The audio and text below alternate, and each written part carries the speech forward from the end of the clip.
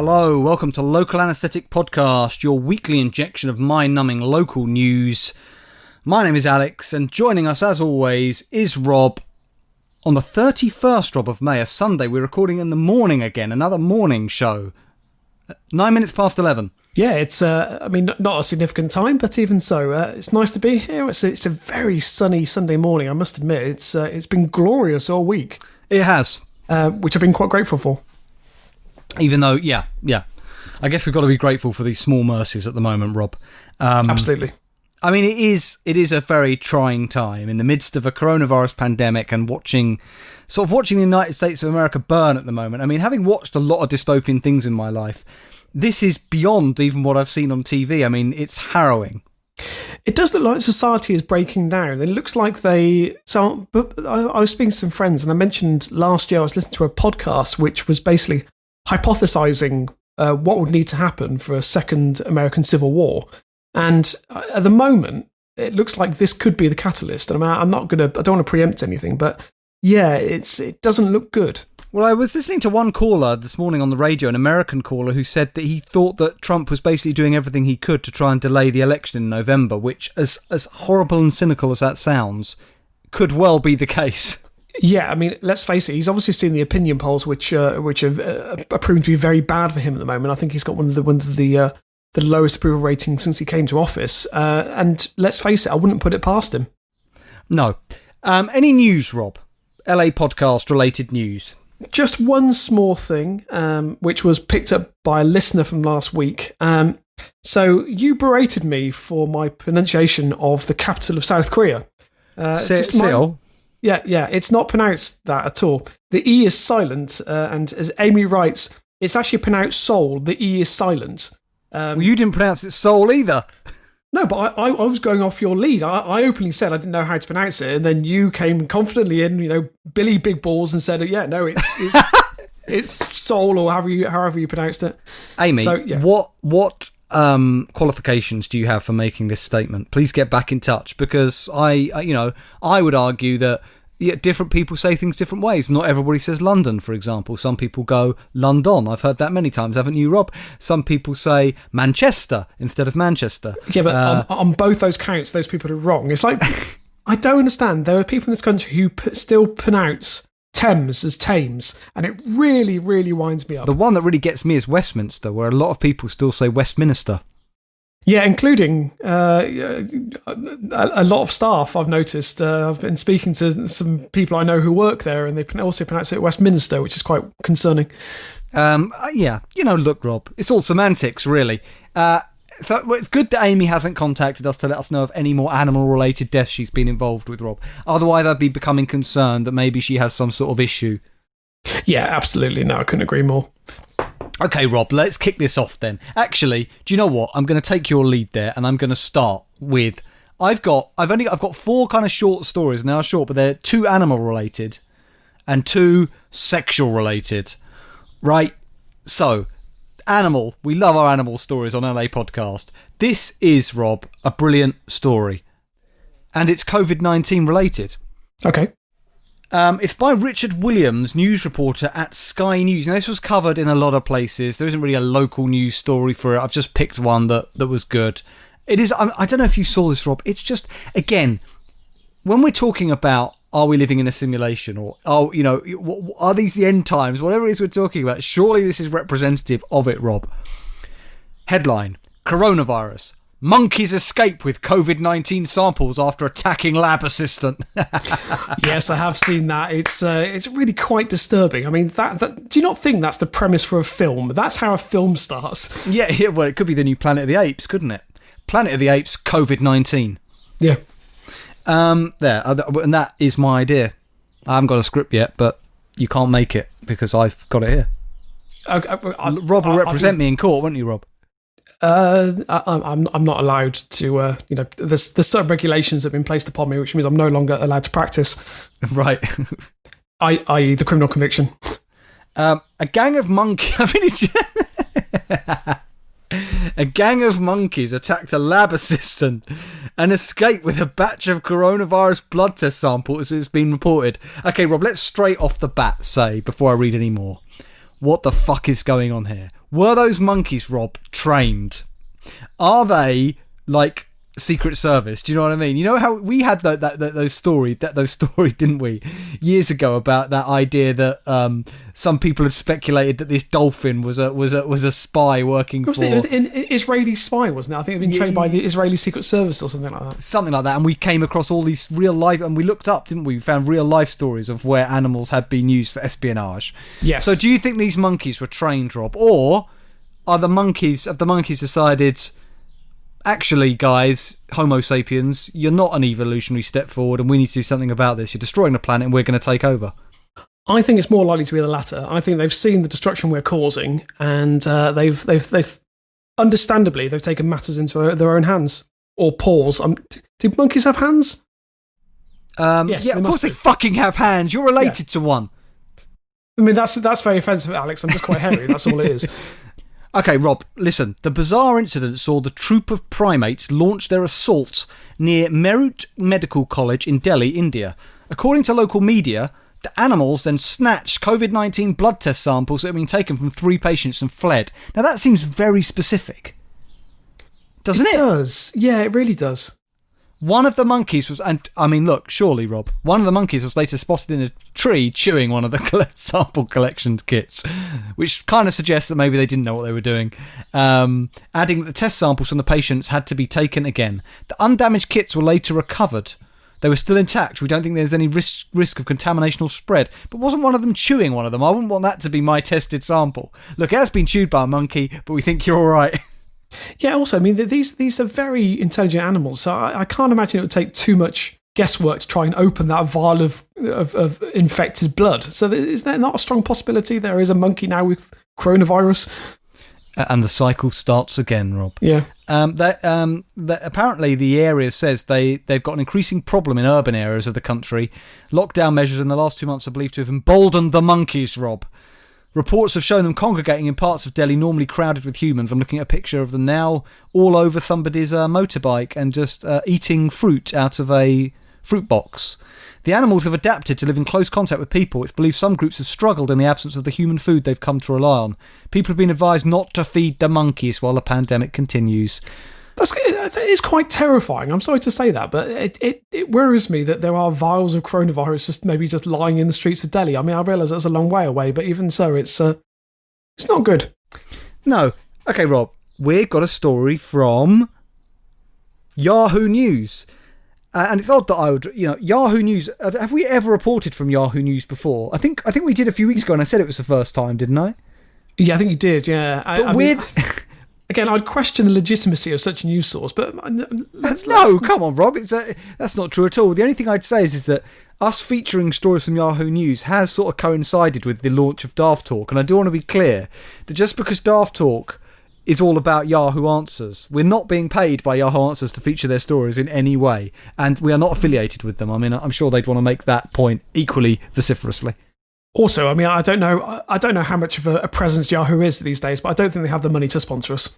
Yahoo is still massive, Rob. I mean, look at Yahoo Answers. It's still a website that for many people is their homepage. Mainly, not over here. Maybe that's it. Maybe it's just not in this country anymore. Anyway, headline. It's by Joe Wallen. Oh, I see. They just lift stories from other sources. Right, it's from the Telegraph. India detains pigeon on suspicion of spying for Pakistan. I saw this story. That was actually one of my headlines for the end of the podcast. Well, an intrepid Pakistani spy pigeon is facing a life behind bars, Rob, in India.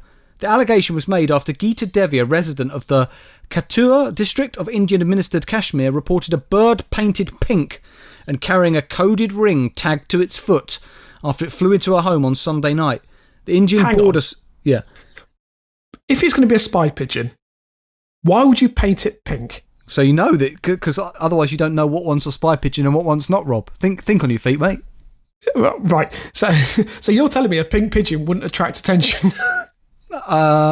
Well, just imagine if you're in Trafalgar Square. You think it was a flamingo? What, a really deformed flamingo? There's a good episode title, mate. There's a good episode title. If you can twin that with something else this week, a really deformed flamingo and something maybe. But I love the phrase a really deformed flamingo. Fine. Can we use the word deformed okay? I think we can. No, I don't think there's anything. I think that's fine, especially in relation to a pigeon. Yeah, I think that's okay. Flamingo. Flamingo, yeah, sorry. But Alex, just imagine being in Trafalgar Square, and I realise there aren't many pigeons left there these days. But I think I would be drawn towards the pink pigeon and just to ask the question, what's happened to that pigeon? That's because you're a pigeon fancier, Rob. Well, that may... I don't want to go into any details about that, but yes. The Indian Border Security Force passed the pigeon on to the police, who launched an investigation and logged the animal as a pack suspected spy. Officials in Katua said the bird... Am I saying it right? Is it Katua? I think it is. I don't know. Said the bird had flown across the border and they would try and decipher the message. The pigeon, suspected to have been trained in Pakistan for spying, has a ring with alphabets and numbers written on it, a police source told the Times of India. Shouldn't be too hard to translate then, isn't it? Because it's just written in words and numbers. Yeah, exactly. Though birds have no boundaries and many fly across international borders during migration, a coded ring tagged to the captured pigeon's body is a cause for concern, as migratory birds don't have such rings. India and Pakistan have fought 4 wars since independence, and tension between the two neighbours remains high. It's not the first time India has claimed Pakistan has used pigeons to deliver secret messages. In 2015, the Indian authorities captured a bird that had crossed the border and was found to have a message written on its feathers in Urdu, the national language of Pakistan. To the disbelief of the international community, the bird was x-rayed and ruffled enough feathers to be logged as a suspected spy. According to the police in Katua, birds are commonly used to send secret messages across the border, as they do not typically arouse suspicion, which, as you say, Rob, painting it pink would be an odd thing to do. Yeah. However, he added the latest suspect would remain in a cage in a police station until the conclusion of an investigation. What's interesting, Rob, about things on Yahoo News is because they repost stuff from different sources, like The Telegraph, you say that Yahoo isn't popular, but just to give you an example, on this story, Rob, there are 1,000 comments. So I want you to take it back. Right, okay, fair enough. 1,000. I will just pick a couple at random, because we haven't had comments in a while. Ken says, I once found a bright pink tarantula near my home in Southern California. I captured it, I took it home, I tried to identify it. I was at first unsuccessful.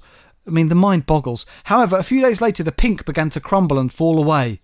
And only then did I make the connection that this bright pink spider was found very near where a wildfire had just occurred, which was fought with airborne drops of Phos-Chek fire retardant.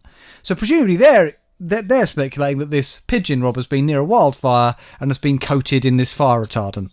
For a second there, I thought he was going to speculate that the spider was in camouflage and he had infiltrated his home. Mark says he looks guilty. It's often the tiny cues that give him away, stuff most people don't even notice. I hope that's in jest. Otherwise, that person is insane. Yep. Sic Semper Tyrannus says maybe it wasn't the pigeon's fault. Maybe he fell in love with an enemy drone. It's a story as old as time. Small town bird flips for shiny rotor blades. Now, Rob, is your opinion of Yahoo changing? Because I have to say, some of these commenters are quite witty. I don't think I should basically judge Yahoo News on the basis of the commenters. Well, Rob, these are the best comments I've seen on news sites. Listen to this. O&W, that's it. I'm contacting Amnesty International. This pigeon is obviously a prisoner of conscience. Will the world ever hear the pigeon side of the story? Etc. etc. Right, Rob, I promised to talk about sex. I'm really concerned, Alex, because I've got a great sex-related story and I'm hoping we haven't both seen it. What's it to do with? Is it from Australia by any chance? Is it to do with a bottle? No. Is it to do with a break-in? Yeah, with the machete. You can read that then. Okay, we'll get on to that. All right. I changed my mind. I've got one story to do with sex. This is from a website called The News Minute. Again, reported in various places, but I've just got it from here. Do I read the headline? No, I won't.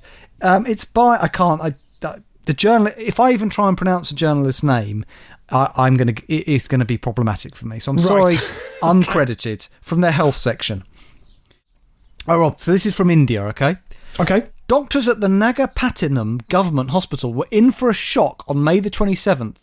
Moments, Rob, after they received the x-ray of a 29-year-old patient. The resident from Nagori had arrived with complaints of pain in his rectum and uneasiness. The source of his discomfort soon became clear. a 250 millilitre glass bottle lodged in the patient's sigmoid colon. Oh my God. So, I mean, that's quite some way up his rectum. I was about to say, when I've looked at the x-rays and it's touching the ribs. Oh my God. Surely, at some point of inserting that, and I know that he's going to claim it's an accident, it clearly isn't, you would have thought, I need to stop now. This has gone too far. Yeah, but I'm trying to think of where... Yeah, it's like when I was cutting my hair that first time. When you make a mistake, you try and rectify it, but in rectifying it, you make it worse. I think the rectify choice of words is pure poor in this situation. We were definitely shocked by what we were seeing, said the general surgeon at the hospital. I've never seen something like this in my entire career so far. The patient, whose name is being withheld for privacy reasons, Rob. Pervert. I love that bit in Alan Partridge. I think it's the second season of I'm Alan Partridge, where he reads out that text from that person who says they want to remain anonymous. Yeah, they said he wants to remain anonymous, so Alan says he'll only read out his first name. And he reads out the message and he says that was from Domingo in Little Oakley.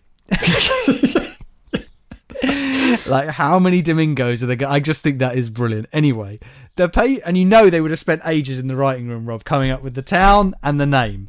Absolutely, yeah. Anyway, so the patient, whose name is being withheld for privacy reasons, claimed to have been inebriated when he inserted the bottle into his anal canal himself, following which it entered the rectum. His attempt soon after to remove it failed, and he managed to push it further up into his system, Rob. The doctor states that the patient did not reveal the matter to his family, and, this is the most incredible part of the story to me, Rob, remained in pain for 2 days before approaching the hospital. Can you imagine? You all right, Dad? Yeah, fine. I'm absolutely fine. So you tell me he rammed a bottle up his arse and then left it there for 2 days before seeking medical attention? The significant part of that, Rob, is it's a glass bottle. Because you'd have to be very careful. I mean, just imagine if that thing had smashed. That is Rob, horrific. There were 2 consecutive nights where this man went to sleep hoping this situation would rectify itself. I apologise for the word rectify there.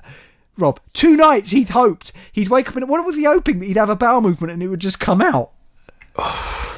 Because you remember as well, Rob, that's 2 days without taking a shit, I assume. I'd assume so. But also, I don't think I could, because he must be an expert actor. Because to go 2 days with a bottle rammed up your anus and not show any signs of discomfort is really quite a feat. Rob, I imagine like they're at home, they're watching, he's on the couch feeling in desperate pain, because it wouldn't just be discomfort, Rob, this. No. And, like one of the family, hey, you want some M&Ms? He's like, yeah, he takes the M&Ms and all you hear is this ding-a-ling-a-ling in the glass. Which I know is physiologically not what would happen. But I love that idea. I want to do it, Rob. I want to do it now. What, shove a bottle up your anus? Rather like this. Lovely. He was a human piggy bank, Rob. See, I was just imagining, again, him sitting at home with the family. Maybe they put a comedy on, and every time that there's a laugh, he just takes the opportunity to go, ah! Okay, Rob, that is a great sketch. Actually, in our sketch show that we do, Rob, a running one can be that each week this guy puts something different up his arse. But each time he makes it worse, and each time he's sitting there in blinding pain, and yes, has to find excuses to laugh but let out screams of agony. Yeah, absolutely. Yeah. Right. That's got legs. The doctor said ideally we wouldn't want to do the surgery without conducting a test for coronavirus, but this was a glass bottle and if it broke it could have caused severe internal damage. So we took a risk and immediately conducted the surgery. We gave him spinal anaesthesia to make him unconscious and managed to remove the bottle in a 2-hour surgery, Rob. These people, Rob, are heroes, right? Would you ever want to do that job? What are you doing today? I'm opening a guy up to take a glass bottle and tons of shit out of his colon. And some M&Ms. I mean, because I'm just trying to think, how does that mean they literally had to cut his arse open? I don't know. How would you retrieve that bottle? He still has tears caused by the bottle, Rob, and it's causing discomfort. I can imagine going to the toilet is not a pleasant experience right now, Rob.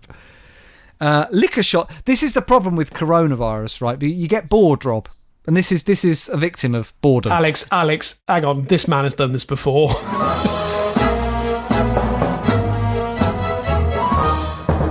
Okay, Rob, have you got some stories for us. I have. I just wanted to start with one that I'm not sure if I wasn't really going to feature the story because I just wanted to talk about it very quickly. Are you aware of this thing called the 5G BioShield? Is that the USB stick that somebody was selling for an exorbitant price as a 5G BioShield, but is just a bog standard USB stick that people are buying? Some standards did a teardown of this USB stick, which is retailing for currently £283, and basically was advertised as providing this sort of hollow shield around the user that will protect them from a 5G connectivity. I've got one here, Rob. Oh. I am protected at all times. There it is. All you do is you basically just insert it up your anus. Right? Well, yeah. It's very easy to remove as well. And so I can go anywhere, Rob, without fear of contracting COVID-19, because it's obviously that's caused by 5G. And also, it's a shield, Rob. Alex, just to say, it's a hoax, right? Well, that might be your opinion, Rob. But look, put it this way, Rob. 5G isn't affecting me right now, so that's the proof that's in the pudding, no? Yeah, very true. Can I also is that just phrase? Say that's the proof that's in the pudding. I don't think so. The proof is in the pudding. Yeah, that's right. Proof is in the pudding. But I think I mangled that phrase. Apparently, the device was also recommended by a member of the Glastonbury Town Council's 5G Advisory Committee. Glastonbury. Which has further strengthened the people's trust in the device, which now turns out to be nothing more than a hoax. So they're still online. Can I ask, Rob, haven't you got 5G on your phone? I do have 5G. Well, the trouble is I'm not in a 5G area. So right. Okay. Good. So you're protected. Good. Yeah. Right. Okay. Anyway, my next story is from the Bristol Post from the 25th of May by Lydia Morris and Tristan Cork. Rob, we've got to get to one day. Can we contact a local news outlet and ask why some of their stories are written by two journalists? The only working assumption could be that one of them is like a trainee, and that's why. Do you see? I would assume so. Yeah, because surely it's not the case where one person's holding the pen and the other person's holding the pad and they just work together. Can I just say, Rob, and I know this is going off on a slight detour, but actually it's really good that I've had this reminder right now. We've spent 300 and how many episodes? What episode are we on now? 315. We spent 314 episodes prior to this pillaring local news, basically. But I have been, Rob, impressed and proud when I watched the daily press conference things by the government, that what they've been doing over recent weeks is that each day there's a question given to a local news outlet. Yeah. And their questions have often been better, Rob, than anything asked by the mainstream press. I agree. I do wonder whether that's to raise their profile. But yeah, I must admit, I completely agree with you. Yeah, I mean, News Shopper hasn't appeared on there yet, but no, that's fair enough. I'll keep them as far away from it as possible. Anyway, right. Headline: English woman thrown off Welsh beach says she didn't realise that Wales wasn't in England. Well, maybe they should have thrown her into the sea. Really. Yeah, that might be a better use, really, yeah. An English woman was kicked off a Welsh beach with her family by police, later admitted she didn't realise that Wales wasn't in England. Rob, can I ask you a question? Yeah. It is confusing, right? And I know that some people do find it confusing, this whole idea of the United Kingdom, right? Scotland, Wales, England, Northern Ireland. We have other territories, don't we, that aren't technically part of the United, like Canary Islands. Isn't that one of them? I'm not sure that's a British territory. I mean, Falklands. It's the old imperialist in me, Rob. The Falklands would be or Gibraltar, for instance. That would be a British territory. Who owns the Canary Islands? Spain. Spain, I apologise to all our Spanish listeners. Yeah, that's just the... look, I can't help it. I long for that old British imperialism, that old empire. Exactly. You see a country, you want it, you make it British, you stick a flag in it, and then it's another territory we've conquered. Yeah. Okay. So, anyway. And, of course, Hong Kong. But let's not talk about that either. Oh, God, right. You're right. Full Rother. Yeah. No views on Hong Kong whatsoever. No. A wise choice. So the indignant woman filmed police officers asking her and her children to leave the beach in Barmouth, Wales, and told them Boris Johnson said she could go there. Oh, God. The woman later posted the video on social media, but admitted she didn't realise the different rules applied in Wales, where a strict lockdown is still in effect, or even that Wales was not in England. Oh, poor Wales. I like Wales. I like Wales as well. There's parts of Wales that are absolutely beautiful, and there's other parts that aren't. No, yeah, that's like everyone. I love the Welsh people. They are very, very friendly and very hospitable, I must admit. You talk about them as if they're sort of this sort of... They are, Alex, they are indigenous like people. Ewoks. The Welsh were here before the English. People don't realise that. Is that true? That makes a lot of sense. Are they Celts? Are they Celtic? Yeah, they are the Celts. Yeah. Because then the Picts arrived and fucked everything up. Who are the Those Picts? damn Picts. The Picts were before the Saxons. Where did the Picts hail from? Pictoria? You said they arrived. Arrived from where? Hang on. I don't. Hang on. Picts. Is this going to show me... Is this going to show me pictures? Yeah. Oh, no, here we are. So the Picts were a confederation of Celtic-speaking people who lived in what is today eastern and northern Scotland before the... Oh, maybe I'm getting this wrong. I don't know, Alex. I know the Welsh were basically... Can I just say, Rob, if it's spelled native. P-I-C-S? P-I-C-T-S. Because I reckon if you were somebody who had a sexual fetish for people of that era... and you were trying to look up pornography of them, you'd just be stuck in this endless loop because you'd be looking for pics? porn pics. And you're like, no, that's not what I want. I mean, that's a very, very niche fetish. There are people out there, Rob. Yeah, true. The woman then launched into a tirade against the Welsh on social media for pledging she'd be going to an English beach.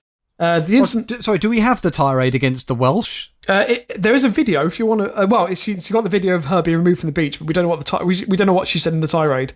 I imagine it was probably quite. But did you say it was on social media? Yeah. Could we look it up?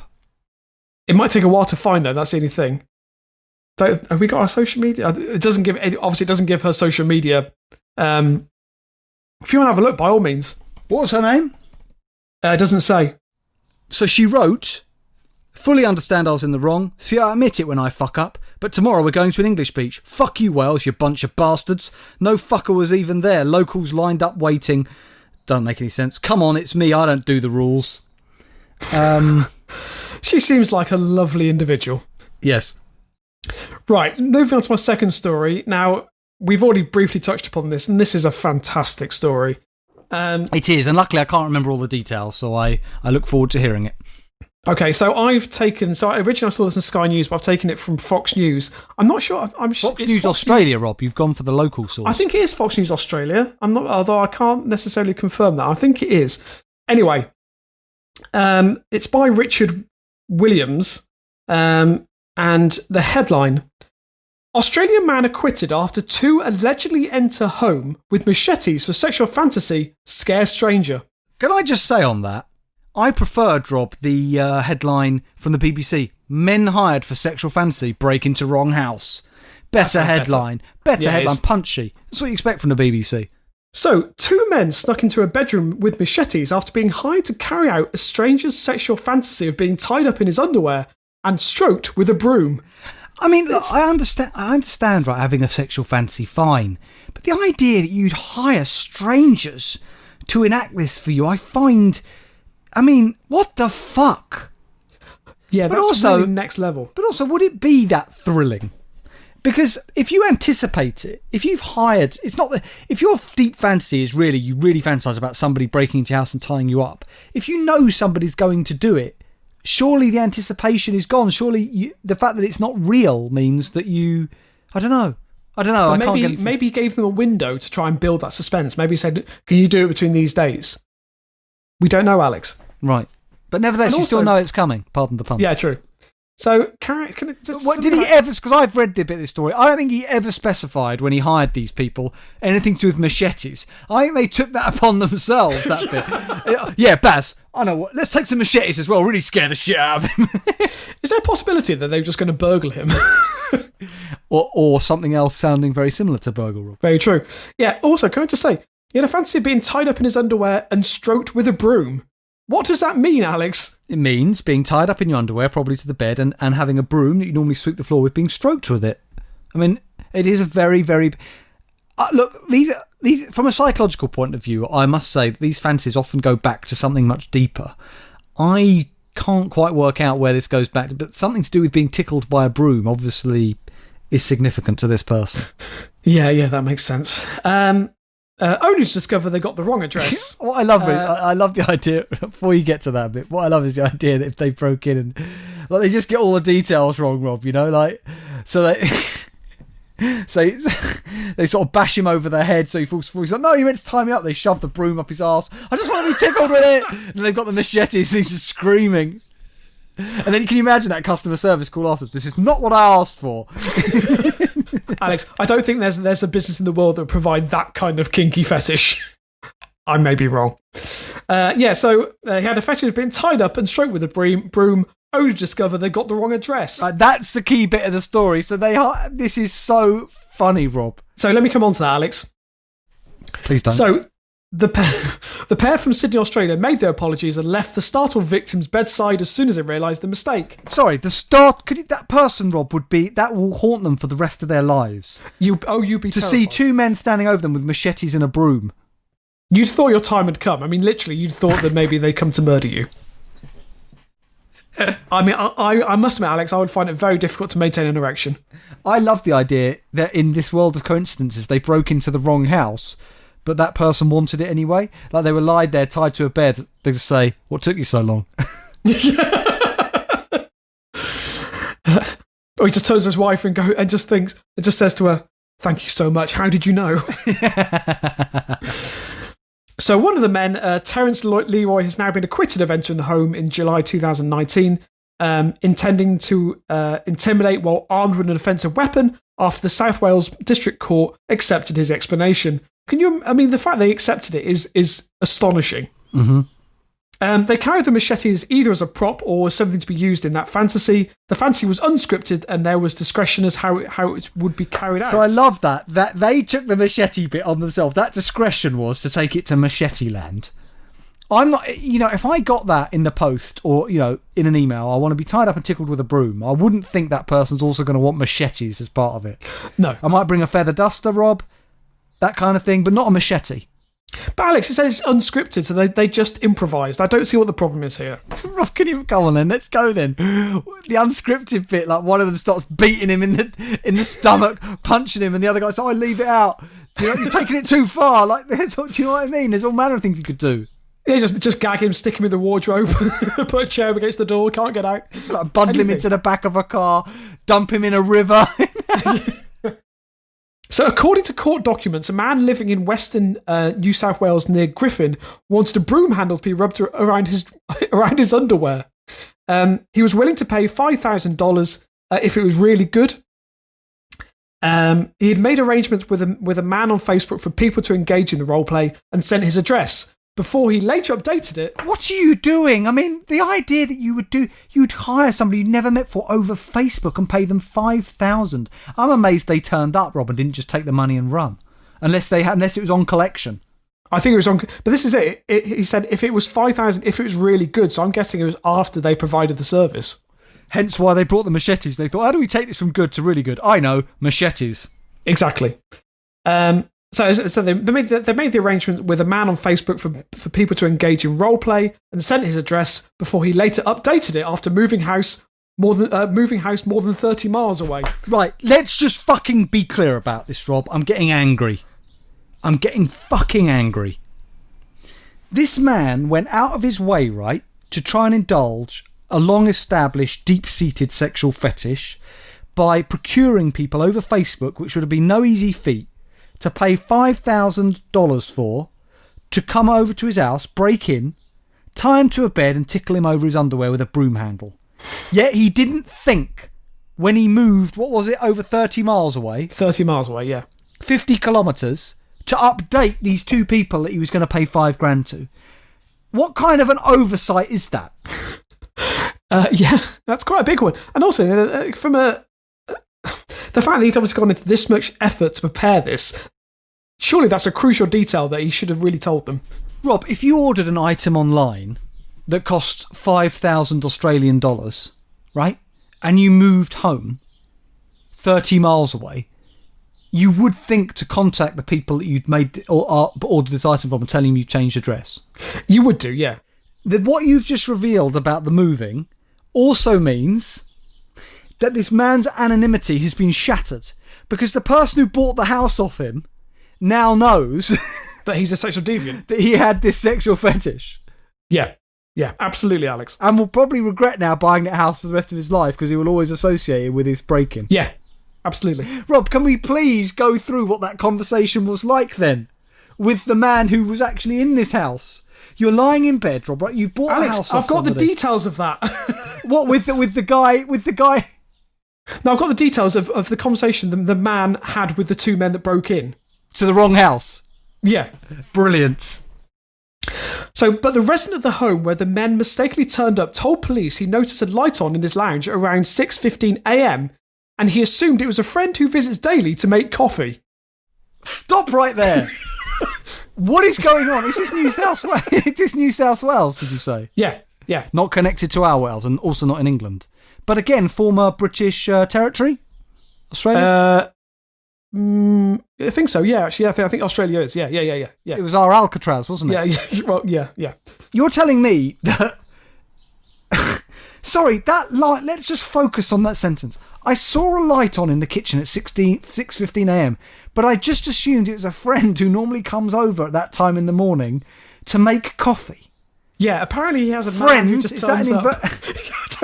Yeah, he just has a man that turns up every day to make a cup of coffee. Is that his sexual fetish? It might well be. I don't know. I reckon he pays a man to come to his home every day about 6 a.m, make a hot cup of coffee and throw it over his genitals. Alex, we all need to get off in some way. So he said, this is the man, he said he called out, "Bugger off, it's too early," to this friend who was apparently making coffee. After hearing a voice asking, "Is your name Kevin?" The man said he turned his light on to see Of course his name's Kevin, by the way, this guy with the weird sexual fetish. So, by the way, we now know that he moved 30 miles away and we know his first name. After hearing a voice asking, "Is your name Kevin?" the man said he turned his light on to see two men he did not recognise standing next to his bed, both holding machetes. Where's the broom, Rob? I reckon they forgot the broom, these donuts. Yeah, there's no mention of the broom. Maybe they did, or maybe they were just going to improvise when they got there. A conversation then ensued in which the pair repeatedly sought to establish whether he was Kevin, each time being told no in response. Hey, look, are you sure? Is this part of the game? Are you sure you're not Kevin? They're reading through the notes they got, like, "We'll pretend I'm not Kevin." That classic comedy thing, Rob. No matter how many times I tell you I'm not Kevin, I am actually Kevin. Yeah, exactly, yeah. So, at one point, one of them asked, "Are you sure you're not Kevin, as we were told to come to this address and pick up Kevin?" So he's really trying to clarify whether this gentleman is Kevin. And Alex, this is the best part, and the story's nearly over. Eventually accepting their error, the duo then left, with one saying, "Sorry, mate," and shaking the resident's hand, while the other said bye. Nice doing business with you. Yeah. What I love is the idea that this friend, in inverted commas, that he has come over to make coffee, entered the house while this was happening. Like, he might have come, Rob, and retreated slowly. Sorry, are you saying he ejaculated and retreated slowly? No. I was saying he came to the house, thought that this guy was up to something with these two guys, and just left after having made his coffee. I think that's more than likely, Alex.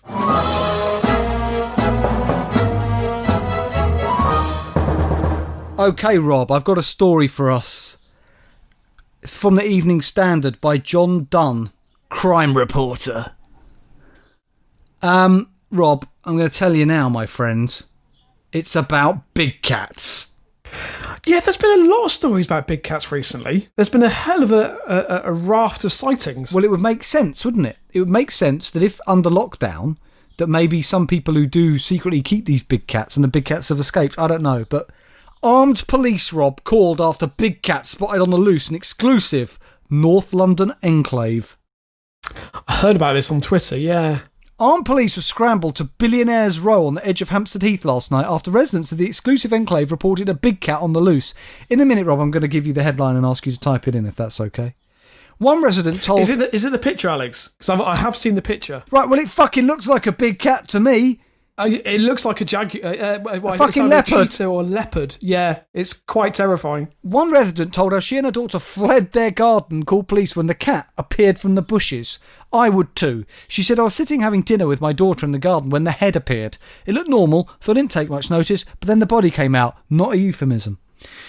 It was elongated, really too big for a domestic pet. The markings were like that of a cheetah or a leopard. We were scared. I said to myself, we should not be here, and ran in the house. I took a picture on the way. It was frightening. As you do, Rob.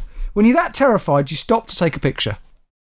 Alex, we've often speculated if we were in that situation, I think I would have taken a picture. And I know that's probably not my most sensible approach, but I want to be able to fact check my story.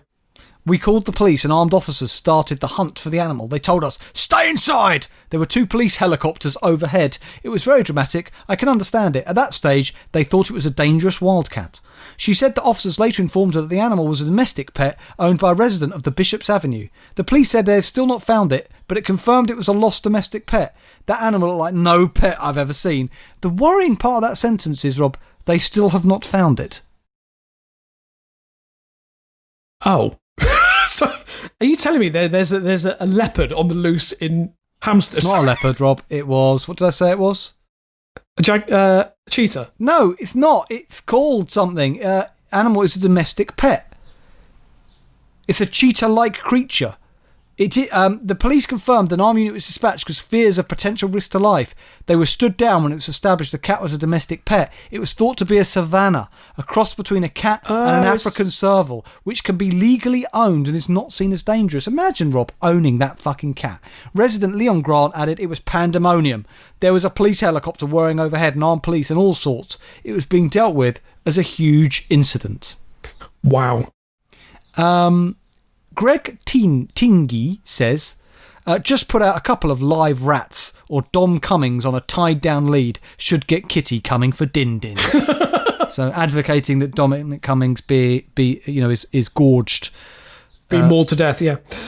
Fed up of late trains, which is great commenter name. Yeah. Says no doubt they'll find a reason to shoot the poor thing. I doubt it. It belongs to a billionaire. Soul Weekender says, domestic pet, that's a cheetah. And Soul Weekender says again, are they normally that size? It puts my cat in the shade. Can you imagine having a regular domestic cat, Rob, and then turning up one day with one of these? The regular cat would presumably shit itself. Yeah, I think that's fair to say. And I'm assuming these creatures are probably carnivores like most cats, and there's the possibility you may actually eat the domestic cat. Good point. Okay, Rob, it is time... Oh my God, is that what I think it is? It is time for our listener story of the week. It's back, Rob. What a privilege, Alex. It's always nice to see your purple flute. Thank you. It's back because I found it. Right. Yeah, that makes more sense. Right, so this week the story It was up my anus. Eventually came out after a good, 6 months now? But it came out, Rob. I'm glad to hear that, Alex, and hopefully you'll be in a lot less pain. So this is from Ben, who is a relatively new listener, but I know he has submitted... I'll also be able to speak again without whistling. I've been enjoying that. It's been a perk of my daily conversations. So Ben very kindly submitted this. It's from... I think we have featured this paper. It's just called Chad. I don't recall ever having featured that paper. Is it from Chad in Africa? No, it's Mansfield and Ashfield, wherever the hell they are. Where is Mansfield? Rob, actually? You surprised me. I thought your knowledge of the UK was extensive. Encyclopedic even. I've heard of Mansfield, but where the fuck is it? I think it's Nottinghamshire, is it? Let me just double check. Yeah, Nottinghamshire. Well done, Rob. There we are. So yeah, this is from that kind of area. The story is by Sophie Wills from the 29th of May. So very topical. And the headline, well-known ferret stolen from hutch in Mansfield reunited with overjoyed owner. Sorry, well-known ferret? Yes, well-known ferret. I remember when I was young, Rob, watching... do you remember The Wind of the Willows that was on the BBC? Yeah, that was the... I'm pretty sure Del Boy did the voice of Toad. Was it? It was like a stop animation thing, wasn't it? I found it quite scary. Was it weasel? They were weasels, weren't they? It was the fucking weasels were the bad guys. Yeah. They were fucking scary. Yeah. Well, this isn't a weasel, this is the ferret, so, you can put that out in mind, Alex. Are they related, Rob? I think they are part of the same family, yeah. I think they're all rodents, as far as I'm aware, but I don't quote me on that. So, 1-year-old Bruce was swiped from owner Chloe Pickwell's... Rob, sorry, I'm announcing right now. Unexpected upgrade to local anaesthetic. It's been a good 3 years since we last pushed an update. We're now on local anaesthetic, weasel. Alex, it's been longer than 3 years. Also, that's such a deep cut. If anyone knows what the fuck we're talking about, I'll be very surprised. Yeah, if you know what the hell we're going on about, then you are a true fan.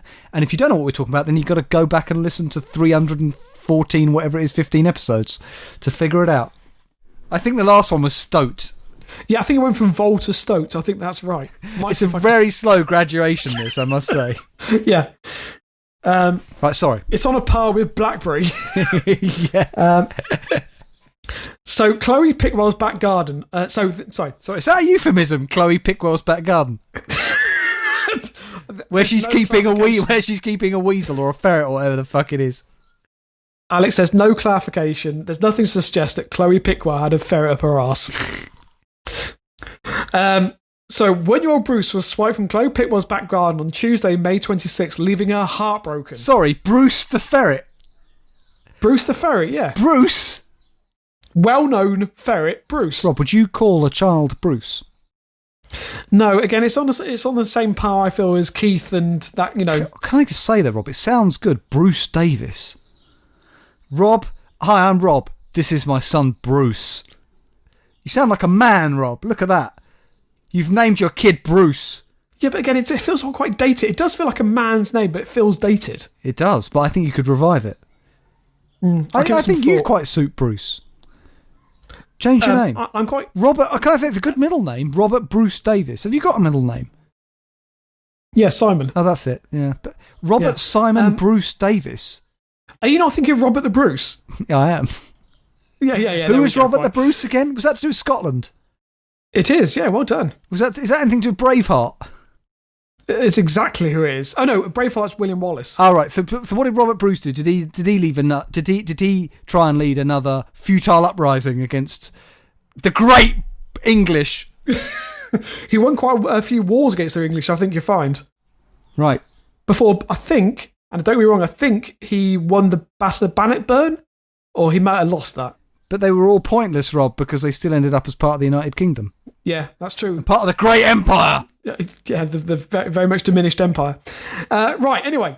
I do want to say, everybody, that all that is in jest. I am in no way a fan of British imperialism or empire. And listeners, we will get through this story, I promise you. And I've got Scottish blood in me, so a lot. Yeah, but you bought it off the internet. I bought it from some monkeys, Rob. They stole it from a lab for me. Came free that dodgy USB stick you brought. So Chloe took to social media to appeal to Mansfield residents to find her beloved pet. Bruce was already well known in the community thanks to his friendly personality, distinctive colouring, and the fact that Chloe walked with him around the town centre every day. Right, we've got to dissect this. Distinctive colouring, was he painted pink? If so, he's a spy. No, but he is an albino. Okay, whatever. I still think we can make fun of him. It's fine. And the third is, she walks around Mansfield with a ferret on a leash. It doesn't even say leash. It just says just walks around with him. Oi, love, move your weasel. It's not a weasel, it's a ferret.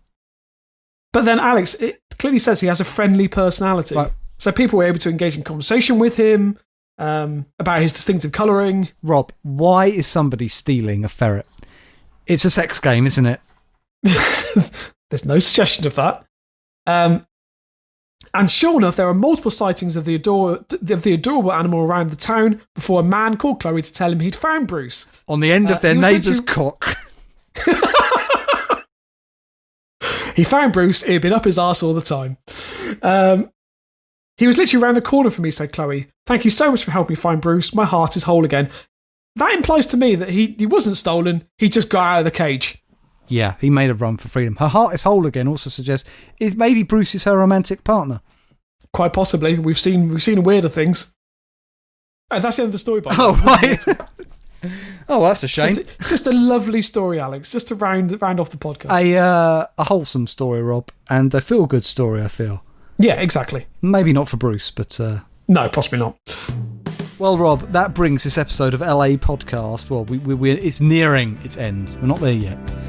As we look forward with a mixture of eager anticipation, yet trepidation, and I do emphasise that word trepidation in today's current climate, to episode 316. As we move ever more forward, Rob, I guess like Bruce the ferret, a bit. Yeah, absolutely. Escaping from captivity. Ready to return to Russia, Rob, to report on everything he has found out about the UK in his assignment of espionage. Just like that, Rob. Actually, only to be caught and returned again to a life of captivity. Just like that. And possible sexual servitude. And just like that, we move ever more forward, as I say, to episode 315. I think it's 315, 316. We can be found on our website, lapodcast.net. We're on Facebook at facebook.com/LA Podcast. There's a forum there as well if you want to check that out. We're on Twitter at LA Podcast. We're on Spotify, whatever podcast app you're listening to us on. Do hit subscribe. Do leave us a review. That's really important to us, so try and do it. And if you want to submit us a story, you can post it on Facebook. You can tweet it to us at LA Podcast. Or, of course, you can email us the good old-fashioned way. lapodcast.net @gmail.com. lapodcast.net@gmail.com. And we come to the headlines which never made it, which Rob forgot last week. And Rob doesn't normally make the same mistake twice. I've got 3. How many have you got, Rob? Don't let me down. I've also got 3. Perfect. You can kick us off then, mate. Okay. First one. Strip club offers drive-through service during US lockdown. How the fuck does that work? I think they just come up to the window to shove their body parts through it. Right. Okay. Headline: Sex with flip-flops. Thai foot fetishist steals and has sex with 100 pairs of flip-flops. Gets arrested after he admits to the pilferage and making love to footwear. It's a good story. I probably should have featured it. Yeah, maybe. That's okay though, isn't it? Stealing 100 pairs of flip-flops from their owners and making love to them. It's theft and sexual perversion, Rob. Yeah, maybe. Okay. Hang on a minute, Rob. Hang on a minute. You said that in a way that suggests to me that you identify with this man. I've never done it. All I was saying is he's not hurting anyone. It's a pair of flip-flops. Are you telling me you're sexually attracted to flip-flops? No, I'm not sexually attracted to flip-flops. I'm just saying there are worse things going on in the world at the moment than this man who is stealing cheap pairs of flip-flops. Say that to all the women out there without their flip-flops, Rob. Good point. So my next headline. 3-year-old girl goes viral after handling large sheep like an expert. Sorry. Is there a video of this? I haven't got the story open. But yeah, all it is, she works on a farm and helps out her family, and apparently she's very good at herding sheep. She's not like lifting it over her head. she's bench pressing the sheep, yeah. Okay, woman takes off knickers and uses them as face masks so she can get served at post office. This is a great story. She goes to the post office, they refuse to serve her because she hasn't got a face mask. The video, which I highly recommend you all checking it out, just go to the Metro. You see her frustrated, just taking off her tights, taking off her knickers and putting them over her face as a rudimentary face mask. And they then serve her. Is this in the UK? No, I don't believe it was. It was in Russia. No, Ukraine. Whoa, that was a mistake and a half. Ukraine. Oh God! Don't start this again. I apologise. So, doorbell camera records alligator climbing bench to reach turtle plaque. Sorry, what the fuck? And how is this story not featured? Say that to me again. So, doorbell camera records alligator climbing bench to reach turtle plaque. It's not. It's why is that news? So. Why is it trying to reach the turtle plaque because it thinks it's a real turtle? Yes. Okay, last story, which to be honest, Rob, I'm gonna break the rules. I'm gonna read it out. Okay. Right, Rob, this is from WKRN.com. Headline: South Carolina woman accused of having sex with Dachshund. Oh my god. Now, please open your email, Rob, because I've sent you the mugshot of the woman. Yeah, so this looks like a person to me who knows their life is over. It does. Also, she looks very young. Yes, well, a South Carolina woman was arrested after deputies received videos of her performing sexual acts with the Dachshund 23-year-old. They charged her with, Rob, buggery. Apparently she took videos of herself and sent them to a man who then gave them to the North Charleston Police Department. That seems a bit out of order then. So, presumably, I get the feeling like maybe he asked for this, she sent them, and then he goes to the police with them. I don't know. Whatever's gone on there is not good. Yeah, there's a lot more questions than answers. Yeah, the news of the arrest comes just a few days after another woman was arrested in Florida for taking a video of herself having sex with 2 dogs. So, what a way to end the podcast, Rob. Yeah. For another week, another really strange ending. Thank you very much for joining us, everybody. We have really enjoyed your company as always. Now, we're going to be back soon for another episode of Daft Talk. And is that going to be episode 8? Are we up to 8 already on Daft Talk? Yeah. Blimey. So another episode of Daft Talk, and then we'll be back to more weird, bizarre, strange, brilliant news stories on LA Podcast. God bless. And keep it local.